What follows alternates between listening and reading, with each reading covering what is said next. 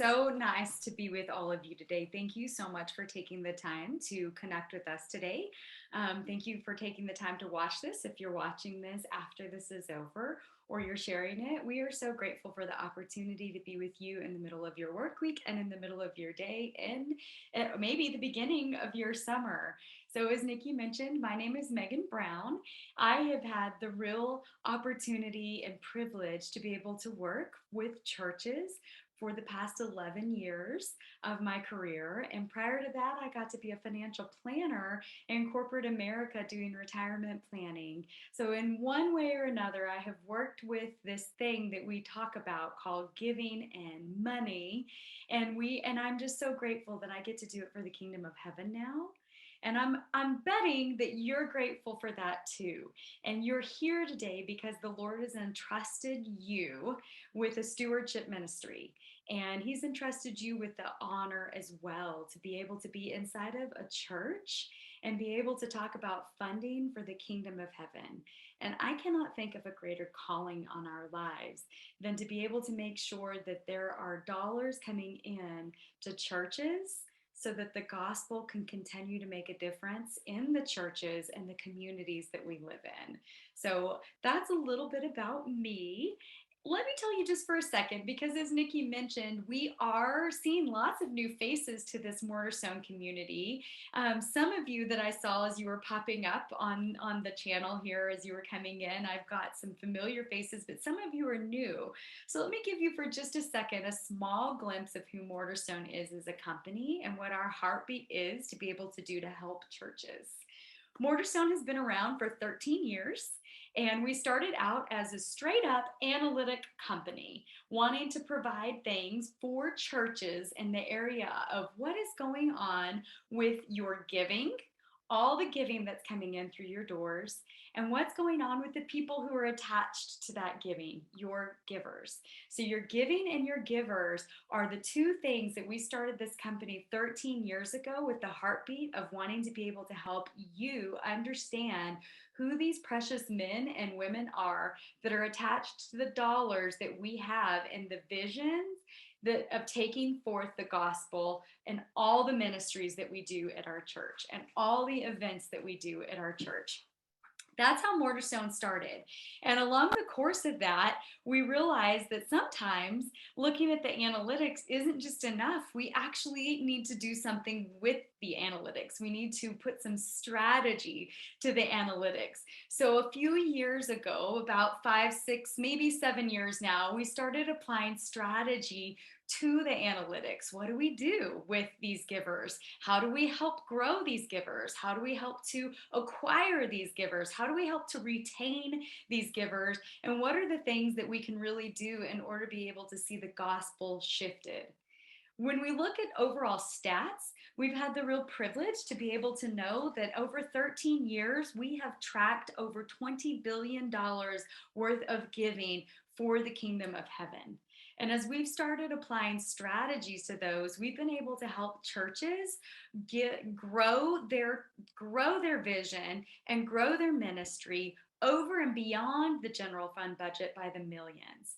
And so we are hopeful that these two strategies we're going to really dive into today, a new giver strategy and a lapse giver strategy, will be something that you all can take and apply and see some real fruit in your church. So let's move to the next slide, and we're just going to briefly cover what it is that we are going to be talking about. We are going to be covering today what are some easy metrics that you can measure monthly. What can you see on a dashboard inside of Mortarstone?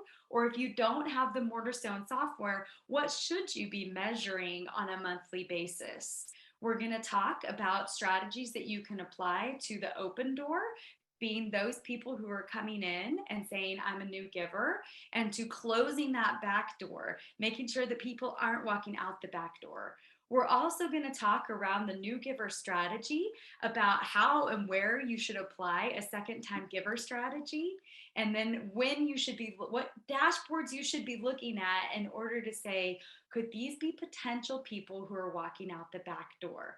We're going to round this webinar off with looking at your giving page on your church website.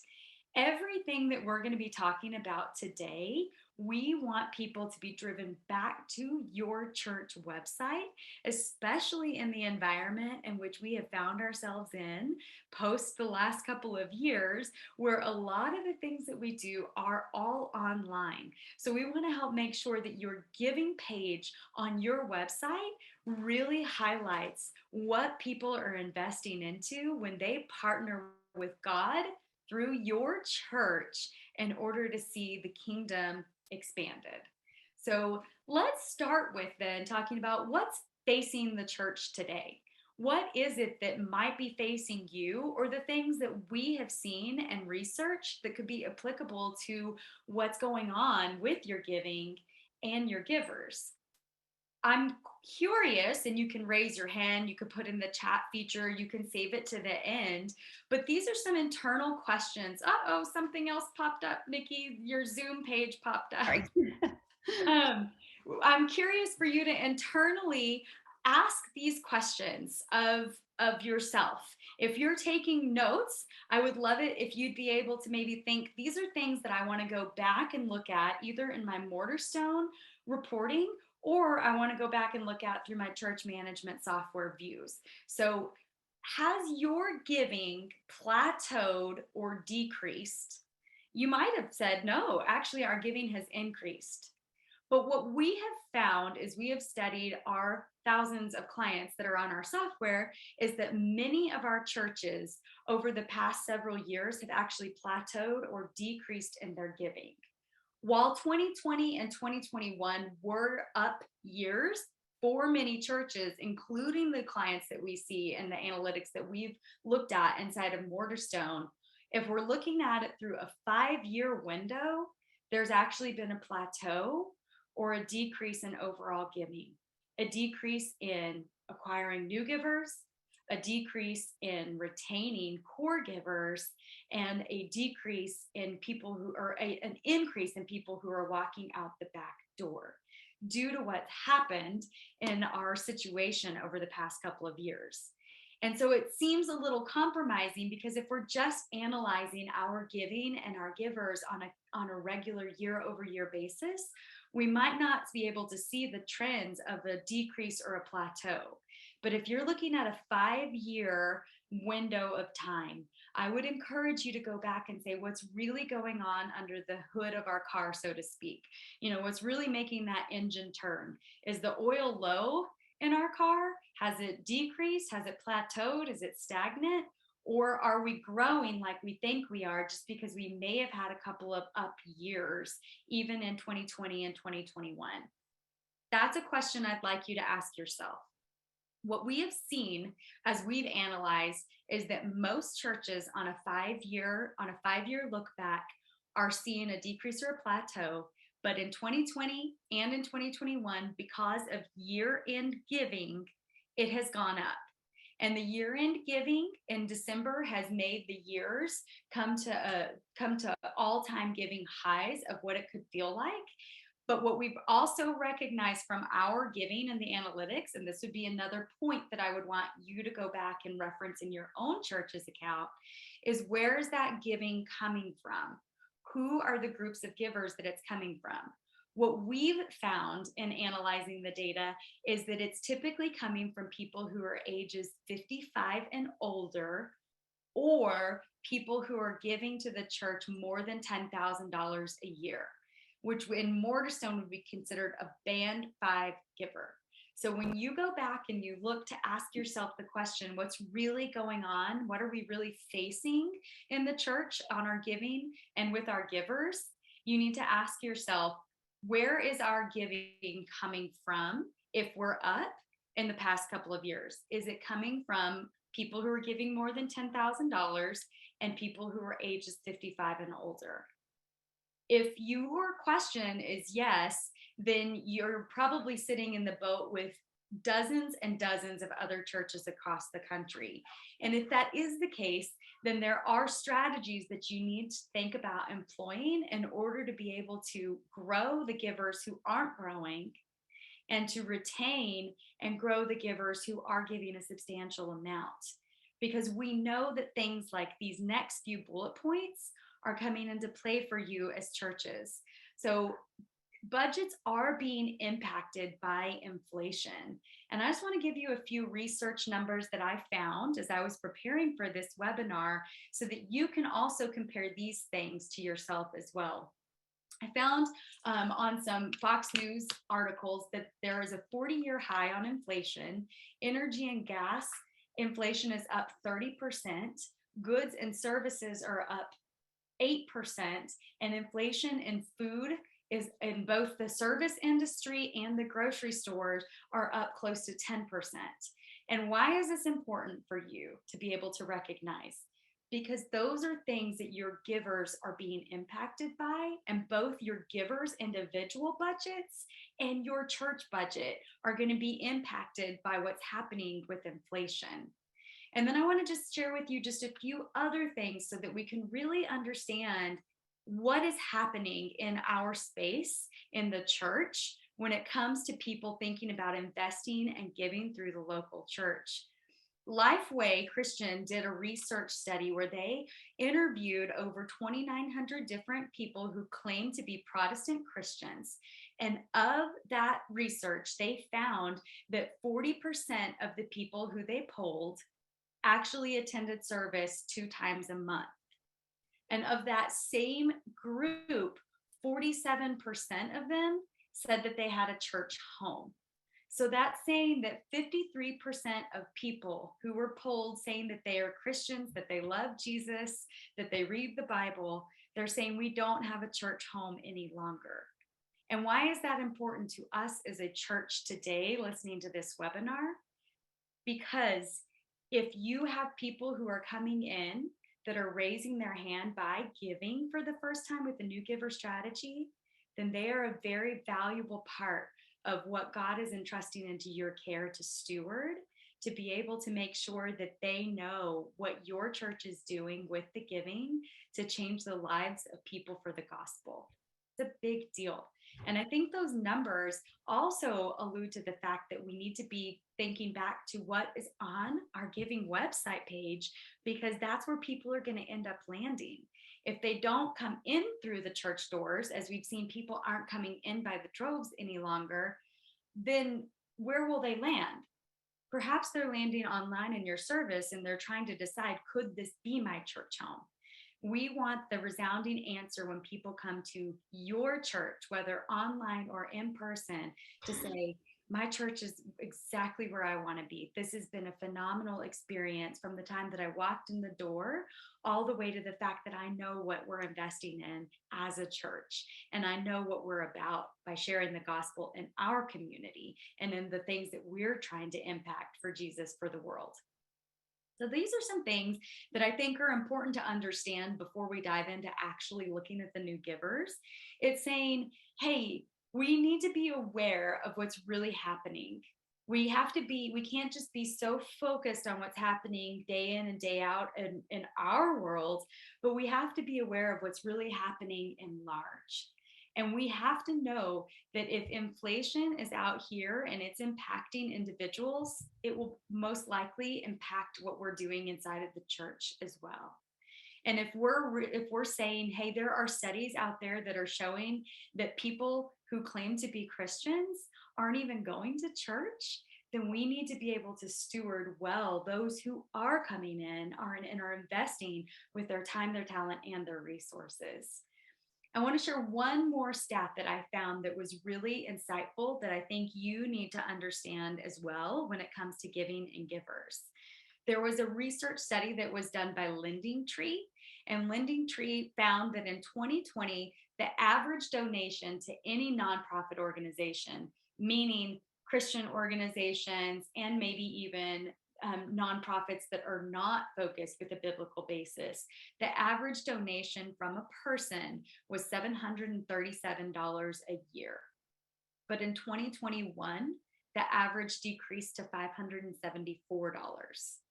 I would tell you that this is something that we have found as we have started looking at new givers, and what's happening with new givers is that there are fewer new givers that are coming into the play, but the people who are giving are going to end up giving more in the long run. So the average donation from people is going down, but if you can acquire them, then the study would also went on to say that 19% of people who gave in the first year went to start increased by 42% in the following years. So it's important that if you get a new giver, that you are working on a strategy to thank them, to invite them into your mission, and to be able to share with them where those dollars are going. Because on average, and I apologize, this was from a different study, but a customer insight stewardship blog was the one who cited that 42% of people who give and are retained, they're going to get, or not 42%, of the people who come in and give for the first time, 42% of them are going to increase their giving in the next year if they become a recurring giver. These are important things for you to know, because knowing them means when you have new givers that are coming in, you need to understand this is a discipleship opportunity. And this is something that we would say is a return on discipleship for investing in your new givers, and return on discipleship for closing the back door to people who might have otherwise walked out the back door. So let's go ahead and talk now about some new givers. Let's talk about, now that we've understand a tiny bit of some different things that are actually facing the church, facing givers, and facing our budgets, both personally and as a church, we want to give you some real thoughts and dashboards to be able to look at monthly. You can even look at them weekly if you like, in order to be able to say, what can we do with new givers? And there are a few things that you need to think about doing with new givers. We're going to talk about what should you do with a brand new giver? What should you do with a giver who becomes a second time giver and beyond? And what should you do with the first time giver who didn't give another gift? I'm even going to share with you right now about what can you do with people to try to onboard new giving. So looking at these dashboards that are on your screen, the very top dashboard is that you can see that there are different levels of giving by month on a year over year analysis. What I want you to do here is think about, if I can see this view inside of my Mortarstone dashboard, this would be where I would think, where can I encourage people to start giving if they have never given? Where could we actually find potential places to onboard brand new givers? This is a place and a thing that is really happening for churches all over our country, is that you are needing to onboard new givers from your online services and your in-person services. You need a way to be able to know where would be the most benefit for us to be able to try to onboard them. So that top dashboard that you're looking at right there is on your main screen when you log into Mortarstone, into the Mortarstone software. By the way, if you don't have Mortarstone yet, we'd be more than happy to be able to give you a view of what your data looks like inside of Mortarstone, so you can look at this view specifically. And if you do have Mortarstone, then you'll just log straight in and your main dashboard is going to show you this. And you would be able to analyze which months are the months that we typically get the most amount of giving and people who are coming in and giving, and which are some months which are lagging, that we may want to put some strategy around in order to try to onboard new givers and increase our overall general fund budget. So I worked with a client in Cleveland, Ohio, and we did this. We employed a strategy by saying which months out of the year are the ones that we really need some new people to think about starting to give for the very first time.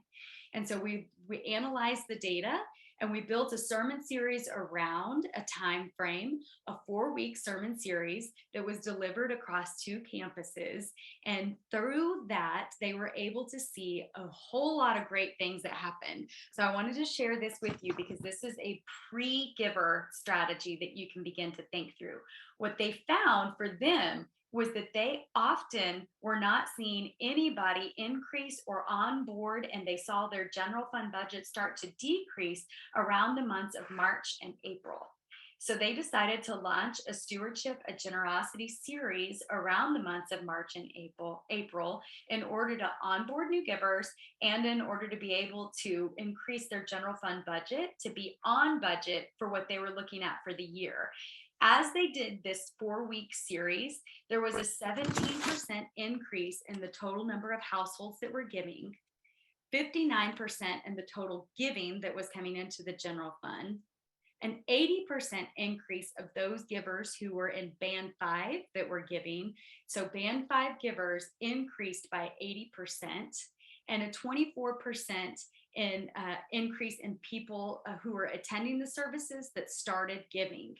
Their trends were that every single week, because they had been monitoring their new givers, every single week they had hit a brand new high of onboarding new givers. It was the highest that they had hit since 2020. So they ran this in 2022, and this was the highest amount of new givers that they had been able to onboard since 2020. And of that, the last stat was that this was the first time in several years that they were over budget. So these are great things for you to consider as you're saying, where could we look in order to have a pre-new giver strategy? That top dashboard is going to give you some massive highlights to look at your months in an overall basis and be able to say, hey, these are a couple of months that we've been falling short in our budget and that we've not really onboarded a lot of new givers. So I would really encourage you to be able to take the time to look at that as a pre-onboarding, pre-strategy for new givers. What else should you be looking at on a monthly basis for your new givers? You should be and could be looking at what's going on at your givers by location. If you are a multi-campus location, or you even have an online campus location, you want to look at where are the people coming from? Where and what are we doing differently in one place than we're doing in another that might be attracting new people? And then I'd also encourage you to be able to look at your givers by age, because the age is going to be something that you're able to say, should we employ a strategy to reach people in a certain way? Or is there a blanketed communication that we would want to send to everybody? Or if we're going to send the blanketed communication, should we target it by different groups of ages on the way that they might like to receive that information? So all 3 of these dashboards are things that you can view on a monthly basis and should view on a monthly basis. And then before I talk about strategies to employ with new givers, I want to look at one more dashboard that you're going to need to be able to monitor on a monthly basis. So let's flip to that next slide. Inside of your Mortarstone software, as soon as you pull it up on your home page, there's actually another slide that's there, another dashboard, excuse me, that's there that you're able to see. We've got to employ strategies around these items when it comes to new givers. We have to be able to say, what are we going to do with people who are first-time givers? What are we going to be able to do with people who are second-time givers?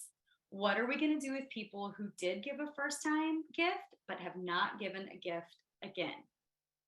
So far, you're able to see all that information on a quick, easy to glance, fast monthly basis. Every time that you log into Mortarstone, you can see that information. And you need a strategy for each of these 3 sections of givers. New giver strategy is much larger than just a brand new giver for the first time. New giver strategy means we need to think about a way to get people to give for the first time, which we just went over. New giver strategy means that we need to thank people for the first time, when they become a second time giver, and if they did not become a second time giver. So this dashboard easily will show you as you begin to apply strategies, whether you are doing well or you are plateauing or you are needing to change your strategy. Right here, easy to view in a quick glance every single month, week, actually, even if you wanted to, you're able to see whether or not you're up with your first time givers, if they're converting into being a second time giver, or if they're not converting into being a second time giver. So then what do we do with them? And how do we make some definitions around this? We define inside of Mortarstone a new giver is anybody who has given for the very first time to your general fund bucket. A giver that's coming in and raising their hands and saying, hey, this is maybe I have been here before, but you haven't been able to identify me. Maybe I've been watching you online, but I've never made a gift before. Maybe I've been coming in person to services and I've been putting cash in the boxes in the back, but I've never given to the general fund for the very first time to become a recurring giver. Maybe even I've given to special missions before or to scholarships for kids camps or vacation Bible school, maybe to a mission, but this is the very first time that I've given to the general fund and really want to invest in what we're doing as a church, want to take what God has resourced me with and invest through the local church. That is how we define a new giver inside of Mortarstone. We define our second time givers inside of Mortarstone as a giver who gives a gift for the second time within 45 days of their first gift, whether that's a recurring gift that they set up online or they just gave through cash or check or another identifiable way. So a second time giver is somebody who has given for the first time and then gave again within 45 days. The last group that we want is a giver who gave once but hasn't given again within 60 days. And we want to make sure that we do something with each of these three types of givers. So I do, out of curiosity, want to know this, if you're willing to share this at the end of the webinar, how many of you have a strategy for all three of these things, plus a strategy for onboarding people if they've never given before? And if you do have those things, would you be willing to talk about them at the end in the questions and answers, or share with everybody here on the webinar maybe some tidbits of things that you've come to find in your process with analyzing your giving and your givers? All right, so I'm going to go ahead and move on then and say, okay, now that we talked about those things, what are we going to do with those other three groups of people? How are we going to help them? With your very first time givers, those who I identified as saying they're given to the general fund for the very first time, we think you need to thank them. We think that's the most important thing that you can do is to thank them. That's probably in a couple of different ways. You need to thank them through an email or some type of written communication. And you also need to thank them by way of a phone call. Thanking people is an extremely important thing that you can do. And we think that it all comes down to the heart of what it is that we are trying to accomplish together. So when we're doing these things and we're writing out what we're going to say to them, or we're thinking about what we're going to say to them via a phone call, it needs to be done with the heart of saying, hey, we are so appreciative that you have entrusted the dollars that God gave to you to this church so that we can do more with those as a group of believers for the ministries and the people who are coming in to our doors week in and week out. What we suggest in that written context of your thank you needs to be at least a video impact from probably your leadership team or your senior pastor. Just welcoming them, talking about the church, the vision and the mission, sharing with them a couple of reasons about what the Bible says about giving and what God wants for them and their journey of generosity, and just for their commitment of what they gave towards the kingdom of heaven. I would caution in this video as a thank you to not necessarily say thank you for giving for the first time, because they could have given before then. But thank you so much for investing in the vision and mission of the gospel through XYZ Church. This is what's happening with that. And this is what we want for you because of that. That's what your video should really encompass. And that needs to be in your emailable format, or if you send it out via snail mail, or even if you send it out via a handwritten thank you note. You want all things to be directed back to a way that they can watch this video from the senior pastor or the leadership team. Then you want to be real quick with any words that you use, 30 words or less. and you want a call to action.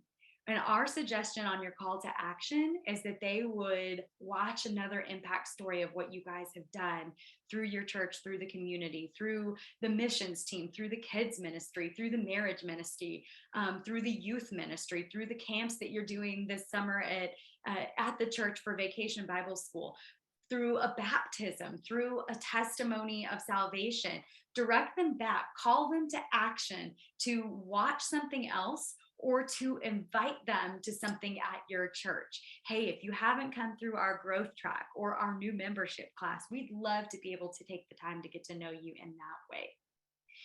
There is one other cool thing. If you're using Mortarstone and you want to be able to kind of segment this through some lists and some triggers inside of the software, you can use an email system that we have inside of Mortarstone to send that out.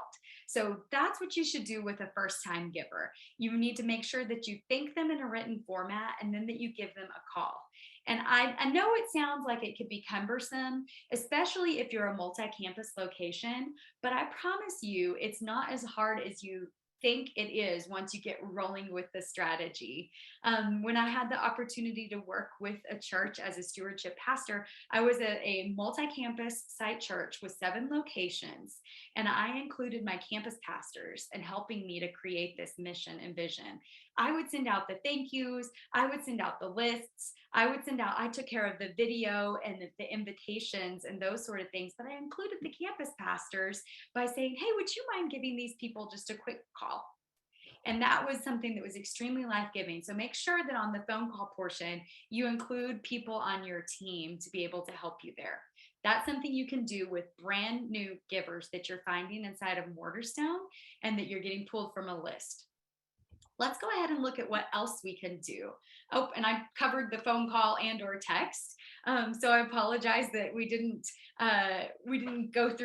flip the slide, but I think that Nikki will be providing these slides for you. And so you should be able to see what we're suggesting there that I also spoke to. So let's look at the second time giver strategy. The second time giver strategy, in my opinion, is one of the most important things that you can do, because these are people that haven't just given for the first time, just randomly, but they're really saying like, I'm really buying what you're selling as a church, or I'm really wanting to invest my time, my talent, and my resources with you. And so in a second time giver strategy, we're suggesting that this would be something that you could send out via email. You maybe could even send it out via text if you have their mobile phone number, that would drive them back to being able to see this information. But in this type of strategy, you want to include things like what they're giving is doing. You could consider making a brochure talking about what happens when they give, what happens at your church when they give. And it would include all the ways that their generosity is helping with the ministry of the church. You absolutely want this type of form of communication with a second time giver to be a call to action to go back to your website. And as we go to the website strategy at the end of this webinar, where Nikki starts to take it over, we want that to be so impactful that they are excited to be able to go watch the stories. So you've got to have a call to action that takes them back to your website if you're going to work on the opportunity to do that. You also want to invite them to follow you on the different things that you're doing and get them plugged in other ways if they're not already doing that. Follow you on social media, check out the messages on the weekend services, look at the notes that you can go through, join an online community, join a small group, come get involved with the things that we're doing here at our church. And the last thing in this form of a communication is probably a key item, and it's something that we think is extremely pastoral, is to ask them how you can pray for them. And I promise that this will be the most impactful thing if you actually get the opportunity to do it. But if you're doing it in a written strategy only, you definitely want a link that takes them back, and then you want to follow up with that. If somebody clicked on the link and asked for prayer, then you want to make sure that you follow up with an actual phone call to them to make sure that they truly were prayed for. So that's a second time giver strategy. Let's go ahead and move to the next slide. What are you going to do with givers who do not give a second time gift? This is that going back to that stat that I was talking about, the customer insight poll saying that if somebody gave for the first time in a year, then there's a 19% chance that they're going to come back the next year and give. But if they gave for the first time and they start to become a recurring giver, that's where it was that 42% increase. And this is where we want to say we have got to have a strategy for asking people, inviting them in if they haven't given again within 60 days. Our competition does this in nonprofit land on a regular basis. I don't know about you guys, but I know that if I sign up for anything like through the ASPCA and I gave a donation, I receive something on a monthly basis telling me what the ASPCA is doing, showing me an animal that needs help, and inviting me to join the mission. But as a church, we've not really embraced the opportunity to be able to show the impact of people. People is really, really a big deal. It's way more important than an animal. And I know there are probably animal lovers, and I'm an animal lover too. But we are eternal beings as humans, and we have the real privilege to be able to steward people in this way and share with them everything that they are doing to impact salvations, baptisms, children, adults, seeing restoration with care and counseling. So on your second time or your giver strategy for those people who gave for the first time but didn't give in 60 days, you want an email strategy with them too. This is something that could easily and as well also be a strategy with text message. So you could do email and text message. It's pretty much the same type of thing that you are doing with somebody who is a second time giver, but you probably are going to want to think about using a different video or a different story, a different call to action, a different way of involving them and inspiring them that what they did and how they helped is making a difference. So these are kind of rounding out what you can do as a new giver strategy. I like to recap things. I'm going to do it real quick. I've recapped your dashboard of saying how could we onboard brand new givers by looking at employing a strategy to do so and creating a generosity or stewardship series, whether that's 1 week, 2 weeks, 3 weeks, or 4 weeks, looking at those months as a way to say, here's a pre-giver, pre-new giver strategy. Then you also need to think about what are we going to do with our actual new givers? What are we going to do with those who make a second time gift? And what are we going to do with those who don't make a second time gift? And that will round out your new giver strategies. And as you start to employ these strategies, I would encourage you to go back to the dashboards that we showed and say, am I making progress? I'd also encourage you start with one. Doing all 4 of these things might not be something that you can do alone due to bandwidth or other projects that you have going on in the church, but start with one and work towards building all 4 of these to become a regular pattern in what you're doing in your ministry every single week and month and year in and year out. Let's go ahead and move to the backdoor strategies, because equally as important as getting new people in, it's better if you can keep somebody who's already there. And how many of you like to go to certain places and you know that this is the case too? You know that it's easier for you to go back and shop at the same store that you already know that you've gone into and you like the methods than it is for you to go try a brand new store that may not have the things that you wanted. We're people by habit. And if we're coming in and we've invested, we've given the resource, then it's easier to try to make sure that we really walk with these people and we love on these people and we encourage these people and we do life with these people so that they don't walk out the back door to go try a new store unless God is calling them to that. Does that make sense? I hope that makes sense. So let's talk about where should you find quick, easy to view monthly information to say what's going on with our givers and who could potentially be lapsing so that we can build a strategy. If you have the software, this is as well on your landing page inside of the Mortarstone software. And this is where you will be able to see anybody who's at risk of lapse. Anybody who's at risk of lapse on a weekly basis, givers who give twice a month, monthly, every other month, or infrequently. And those same types of givers, when's the last time that they've gone without giving from 30 days all the way to 180 days? And where should I start with a lapsed giver strategy? Just like with new giver strategy, start with one and look to add others. The same is true here with your lapsed giver strategy. Choose, are we going to start to look at people from a weekly basis or an every other month basis? My encouragement to you is to say, where are the most amount of people that could potentially be walking out the back door?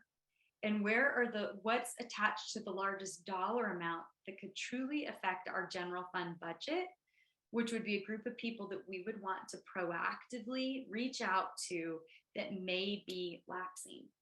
So in this particular dashboard, which is on your main landing page inside of Mortarstone, you can see here that you probably want to build a lapsed giver strategy around people who are giving monthly and that have gone with about 30 to 60 days without giving. 30 days might be too early, but within 60 days is when you want to make sure that you're reaching out to people who had consistently been giving on a monthly basis, but that haven't given anything within the past 60 days. Because those people represent a life and a story, and they also represent the mission and vision of what you guys are called to do through the local church. So this is a place where you can view this information easy and quickly, and you should be viewing this. Whether you have Mortarstone or you're looking at this inside of a church management software system, building spreadsheets, or using a different analytic tool, this is something that you need to be monitoring and picking a group of people for. So now let's talk about what we can do with this group of people and kind of how we define that. One of the things that we've found in our time of analyzing data and analyzing thousands of churches' data is that if a giver actually leaves, they are probably, if they have been gone for more than 90 days, they are probably not going to come back. So if they've stopped their giving, they typically stop their giving before they actually leave. And if they do, after 90 days, the chances of re-engaging those people or recapturing them to come back is really small. It's 5%. And so what we want you to do is proactively look at that dashboard in advance and reach out to them. And then you have to be able to make sure that you've got a plan for what you're going to do with them, and that you're understanding that this is an extreme pastoral opportunity. This is not something that you want the finance team to send an email out for saying, hey, you stopped giving. What gives? Or, hey, you stopped giving. That's a bummer. We don't ever want to talk to people like that, because I wouldn't want to be talked to like that, and neither would you. So what we're really suggesting is that this is something that's pastoral, and people typically quit giving for a reason. Maybe they're one of the ones that's listed here. They've been offended, or they have some family issues. Maybe they are not engaged in the church services. Maybe they are in the hospital, or they've had a death in the family. No matter what the reason that they've stopped giving, we should be able to identify that. And we should be able to say, these are people who might need a pastoral touch. And then we approach it as such, not because we want them to keep doing all their giving. That's great. That's a byproduct. But because we truly care about what's going on in that person's life. And giving is just an indicator of the heart. So what can we do with these group of people? Our strategy on the next slide is that every lapse giver strategy or pre-lapse giver strategy should be a phone call. It shouldn't be something that's written. Written communication is going to come after the phone call, but your first attempt should always be to pick up the phone. And these days, that is so rare. It is so rare that somebody will actually pick up the phone and make a phone call to somebody to check on them.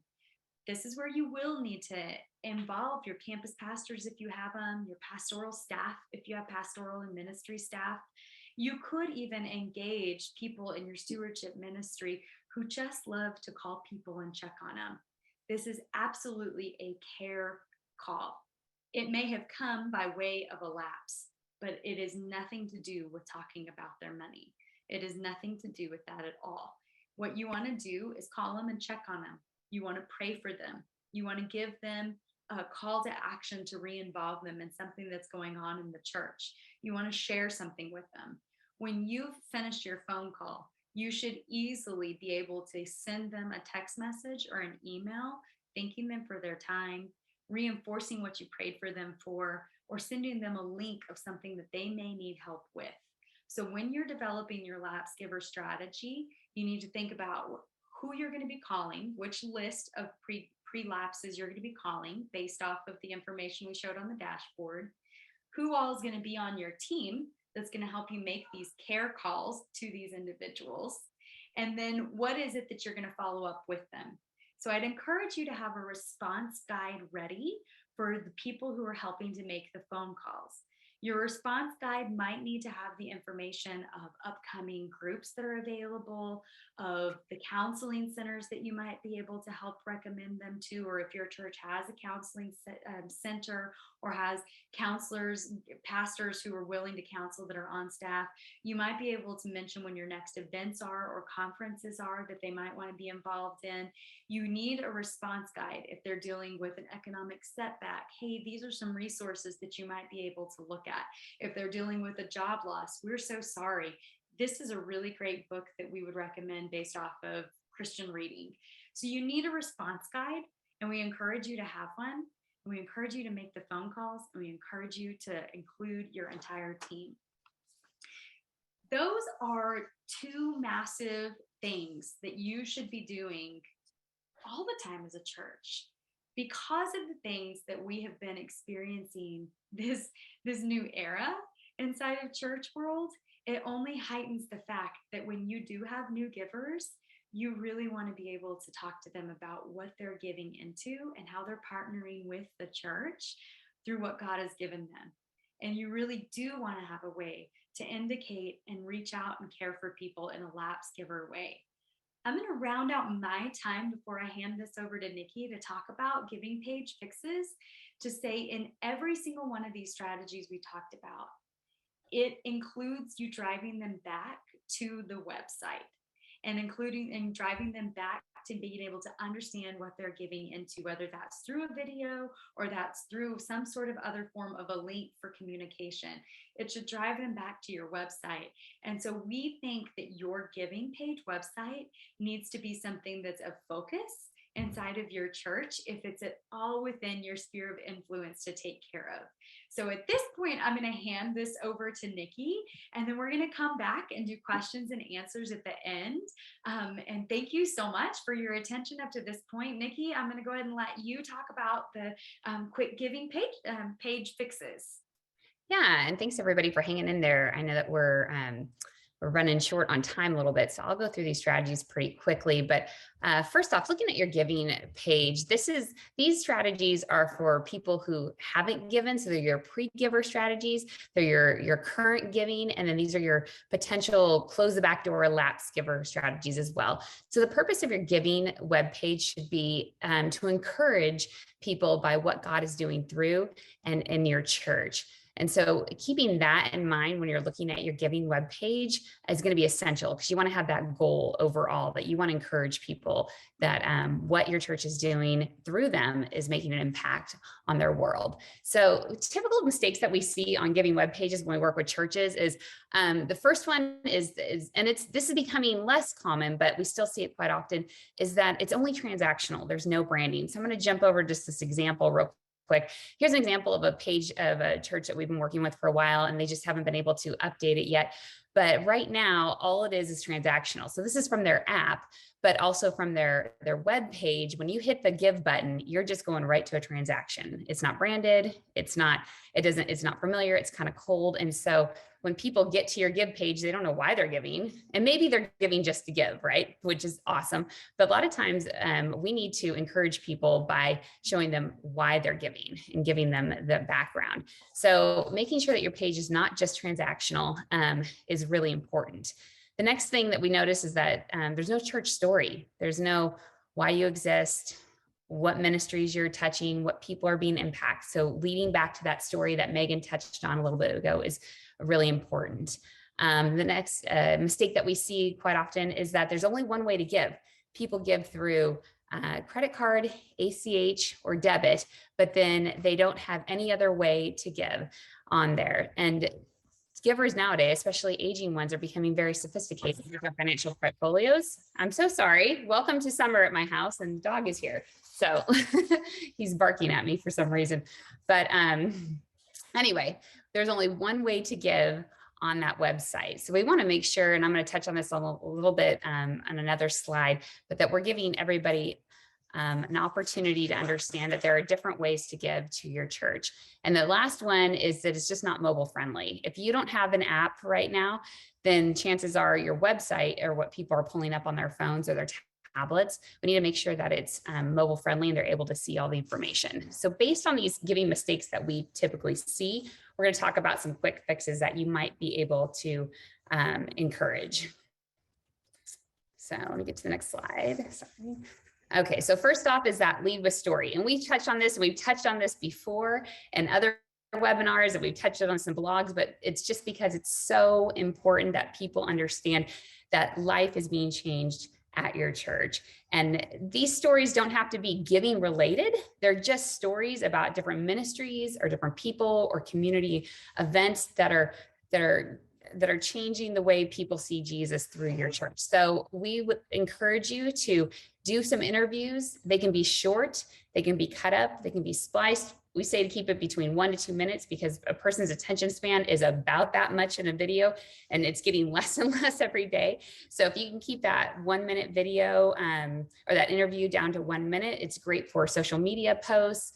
It's excellent opportunity to put and lead on your website. And if you can't, if your video team you don't have a video team, or your video team is already booked with all these other different obligations for sermon series events, then a blog can work as well. So make sure you're leading with images and that you're keeping it short and sweet. Again, these are inviting people to join the mission and the vision that Christ has given you at your church. And the other reason too is I got that stat down there that you could read, but building trust amongst the younger generations is, and I'm sure you know, is very, very important. And if you can build trust with them, they're going to be loyal supporters and givers to your church. And they want to see the cause and effect of their giving. So leading with a story is one of the ways to do that. So we always encourage your giving page needs to have up to 3 stories on there, and they need to be active and rotating once a month. The next thing, it may seem obvious, but I touched about this just a little bit ago, is that they have to know how to give. So yes, they need to be able to give via credit card, ACH, or debit.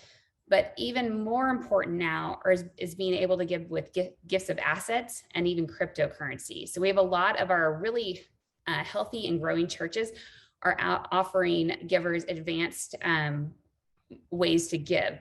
So like we have here, we've got this wealth transfer that is continuing to happen even in the midst of our economic times and inflation and everything we're dealing with. Money is still being transferred down to the generations before, so Gen X, Millennials, and Gen Z, and they're coming into this money in the form of assets. So being able to provide your givers with more sophisticated ways to give from their assets is extremely important. Many times these gifts are tax saving for the people that are giving it, and they're income producing as well. So not only are they providing for the cause of Christ, but they're also building a future for themselves and their families. So we had a church a couple months ago that had a top giver that wanted to give a significant asset gift. And because he felt the church wasn't sophisticated enough to handle it, he gave it to his local university.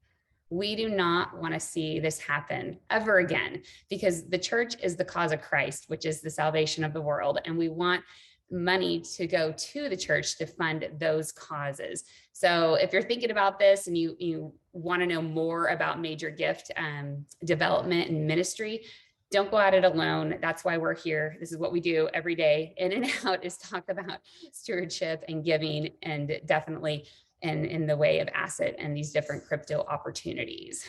So, and then last are just some best practices. So we can get some Q&A. I'll just give them real quick. hey, CTAs or call to actions are really important. So anytime you have anything on your giving webpage, make sure it leads to something that you want them to take action with. So if you have a video about a life change, make sure there's a button to, hey, give to this ministry today. If you have a blog, make sure there's a button there. If you have the ways they can give, make sure that they're all clickable and they can get information quickly and they can make the decide what to do with that. So make sure you have CTAs peppered on your page. Remember that you have about 7 seconds to capture anybody's attention.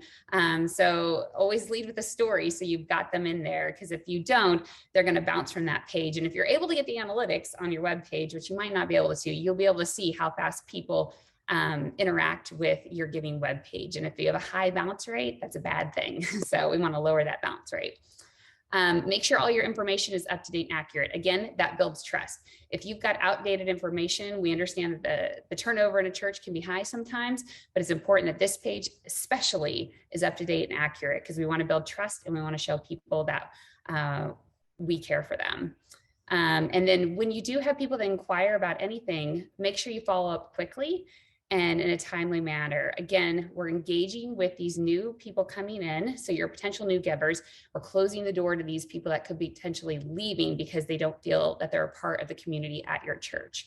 And that feeds into potentially having a live chat feature, which I know can be sometimes hard to monitor on your website, but it's becoming one of these features that has a lot of different tools in it that you can use, and you can employ a lot of different volunteers to help manage it as well. But showing people that you are engaging with them online, especially when people aren't showing up to church but are just watching online, is really important. So having that live chat feature on your website is really going to help you build that community and keep the door open and keep it closed for people that are part of your church. So with that, I know I raced through those really fast, but we're going to send out these slides afterward, so you can go through them. And again, if you have any questions, Megan and I will answer all questions on this webinar or after when we send out the information. So again, you're not in this alone. So if you've heard all these strategies, the lapsed giver one's a second time giver, which potentially is new to you, we want to help you out with these strategies. We don't feel like you're at this alone.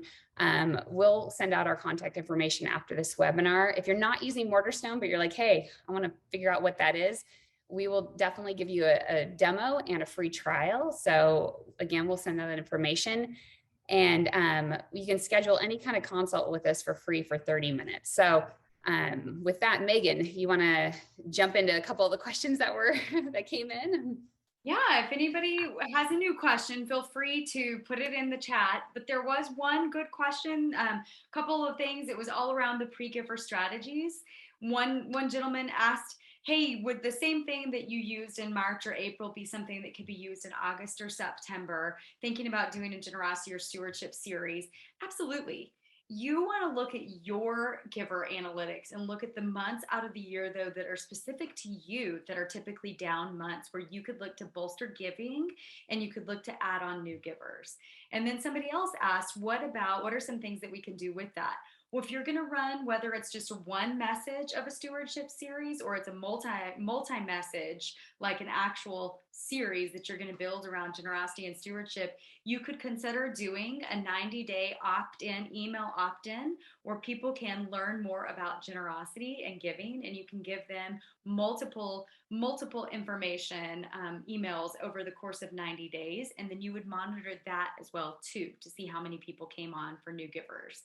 So those were a couple of the things that I noticed in the actual chat. If there are other questions, though, we know that this went quickly, so we want to make sure that we answer those. If you do have to jump off, we understand. This is being recorded. We can stay on and answer questions until they're all gone. If you have to jump off, we want to make sure to say at this time, thank you so much for being a part of what you're doing for God and Jesus and spreading his good word through your church. And thank you for taking the time to be with us today. So anybody who needs to jump off, feel free to do so. I did see another question though. This one is coming in from Michelle, and it says, for new giver phone calls, does that specifically reference their gift? Are people comfortable receiving calls like that and discussing their gift? That is a great question, Michelle, and it's really going to depend on what is the culture of your church and what your leadership team decides. I would say that 9 times out of 10, nothing is truly discussed about their gift, um, other than thank you for investing in XYZ church. Because of you, things are taking place in our church community and around the world. And we're so grateful for your investment through XYZ Church. And that kind of de-arms people from them saying, oh, so you are looking at all of my giving records. You definitely don't want to be diving into anything when it comes to giving records, rather just saying, hey, I just know that you've given to the church. If they ask, I just know that you've invested in the church, but I don't know your dollar amount, or I don't know any of your giving data. I just know that you are somebody who's been an investor in our church, and we're thankful for people like you because you're making a difference. So that usually helps to de-arm it if it goes in the way of giving. And I have done new giver phone calls for close to a decade, and I have only had one person say, well, this was weird to have you talk about thanking me for my giving, or thanking me for the investment.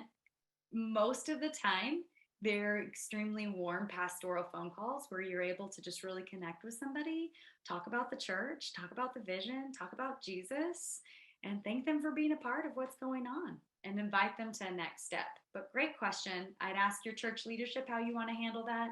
I'd make sure that if you're doing the calls or you're having other people, that you train them on the heartbeat of what it is that you're wanting to accomplish. Any other questions? I don't see any more that have come in, but if there are anybody if there is anybody that would like to ask a question, when we send out the recording, you're more than just contact us directly and we'll get back with you quickly on your question. Yeah. Okay. All right. Thanks so much for being a part of this today.